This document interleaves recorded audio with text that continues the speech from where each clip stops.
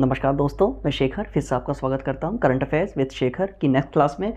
और सितंबर मंथ की जो हम करंट अफेयर्स पढ़ रहे हैं उसमें नेक्स्ट वीडियो है और इसकी पहली न्यूज़ सितंबर मंथ में हड़प्पा संस्कृति। अच्छा, हड़प्पा संस्कृति दुनिया में सबसे पुरानी जो शहरी सभ्यता मानी जाती है वो मानी जाती है सिंधु घाटी सभ्यता, मतलब इंडस वैली सिविलाइजेशन। सिंधु घाटी सभ्यता का जो सबसे पहला स्थल खोजा गया था 1921 में, उसका नाम था हड़प्पा।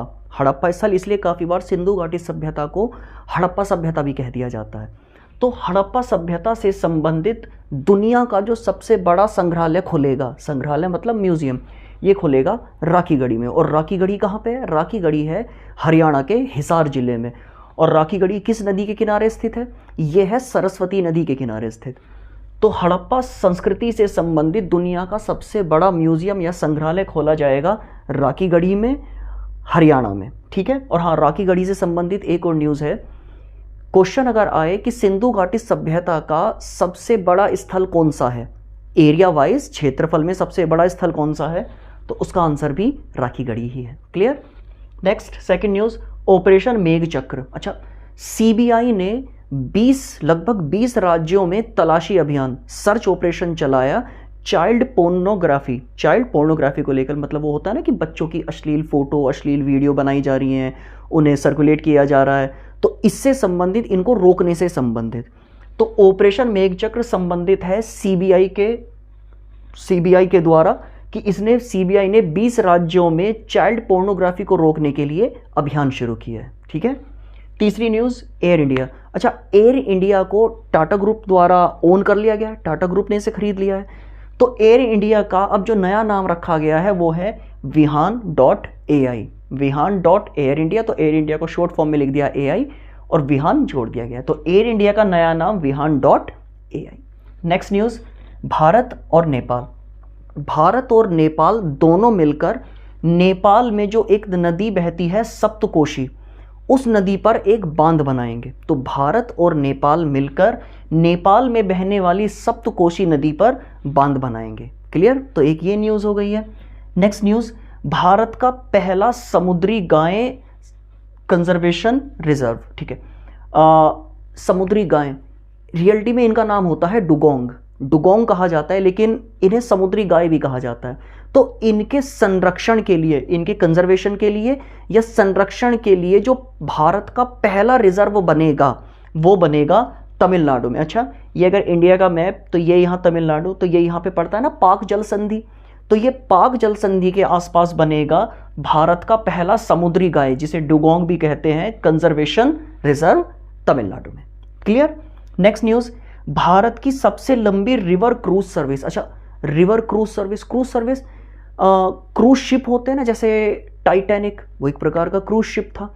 तो नदियों के रास्ते, ठीक है, नदियों के रास्ते जब यात्राएं की जाएंगी, माल को, सामान को एक स्थान से दूसरे स्थान पर भेजा जाएगा, तो ये बहुत अच्छी बात होगी। अच्छा, अच्छी बात कैसे होगी? दुनिया में सबसे सस्ता ट्रांसपोर्टेशन, सबसे सस्ता परिवहन माना जाता है पानी, वाटर ट्रांसपोर्टेशन। तो इसी में हम आगे बढ़ते हुए हमने क्या किया है, उत्तर प्रदेश के वाराणसी से असम के बोगीबील तक, मतलब गंगा नदी, भाई वाराणसी गंगा नदी के किनारे स्थित है और वो बोगीबील ब्रह्मपुत्र नदी के किनारे स्थित है। तो गंगा नदी से ब्रह्मपुत्र नदी तक हमने एक क्रूज सर्विस शुरू की है कि इस क्रूज सर्विस से जो शिप चलेगा, इससे फ़ायदा क्या होगा? टूरिज्म भी बढ़ेगा और साथ ही जो राज्यों के बीच में जो वस्तुओं को खरीदा और बेचा जाता है, और जब वो पानी के रास्ते जाएंगे तो ट्रांसपोर्टेशन कम लगेगा, इसका मतलब हमें वो चीज़ें सस्ते में मिल जाएंगी। तो इसीलिए भारत की सबसे लंबी जो रिवर क्रूज सर्विस है वो शुरू हुई है वाराणसी से बोगीबील, असम के बीच में, और ये लगभग 4000 किलोमीटर। और अच्छा, किस नदियों को जोड़ेंगी, किन नदियों को जोड़ेंगी? गंगा नदी को ब्रह्मपुत्र नदी से जोड़ेंगी। क्लियर। और हाँ, सिंपल, अगर हम जा रहे हैं वाराणसी से बोगीबील तक तो बांग्लादेश में से जाना पड़ेगा, तो बांग्लादेश में से निकल के जाएगी ये सर्विस। क्लियर है। Next news, Nirmala Sitharaman. अच्छा, निर्मला सीतारमण जो हमारी वित्त मंत्री भी हैं, इन्होंने एक ई-लर्निंग ऐप लॉन्च की है जिसका नाम है भारत विद्या। तो निर्मला सीतारमण जो हमारी वित्त मंत्री जी हैं, इनके द्वारा एक ई लर्निंग ऐप भारत विद्या को लॉन्च किया गया है। अच्छा, भारत विद्या ये भारत की जो 2020 में तीसरी शिक्षा नीति लॉन्च हुई थी, तीसरी शिक्षा नीति, राष्ट्रीय शिक्षा नीति, तो इनके अकॉर्डिंग जो सिलेबस बनाए गए हैं। अच्छा, भारत विद्या ऐप में क्या क्या सिखाया जाएगा, तो यहाँ पर कोर्स ऐसे डिज़ाइन किए गए हैं कि वेदों के बारे में, रामायण के बारे में और महाभारत के बारे में, तो जो ऐसे सब्जेक्ट्स हैं तो इनके बारे में पढ़ाया जाएगा भारत विद्या ऐप पर। और ये जो सारे चीज़ें पढ़ाई जाएंगी इन पर, इनका जो सिलेबस है वो राष्ट्रीय शिक्षा नीति 2020 के अकॉर्डिंग है।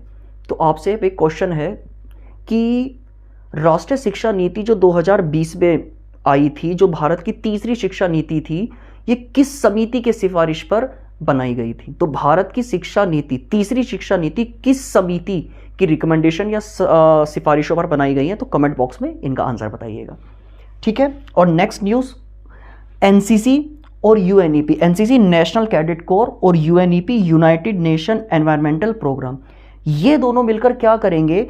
भारत में एक अभियान चलाएंगे, पुनीत सागर अभियान। अच्छा, पुनीत सागर अभियान, सागर को मतलब सी को या ओशियंस को, महासागरों को, सागरों को साफ करने के लिए कि उनमें पोल्यूशन ना हो, प्लास्टिक का कचरा ना हो, तो सागरों को साफ करने के लिए जो अभियान चलाया जाएगा एनसीसी और यूएनईपी के मिलकर, उसे कहा जाएगा पुनीत सागर अभियान। तो आज की क्लास में इतनी न्यूज़ हैं और नेक्स्ट वीडियो में सितंबर मंथ की जो रिमेनिंग इंपॉर्टेंट न्यूज़ है जो आपके एग्जाम के लिए इंपॉर्टेंट, उनके बारे में अध्ययन करेंगे। तो मिलते हैं नेक्स्ट वीडियो में, धन्यवाद।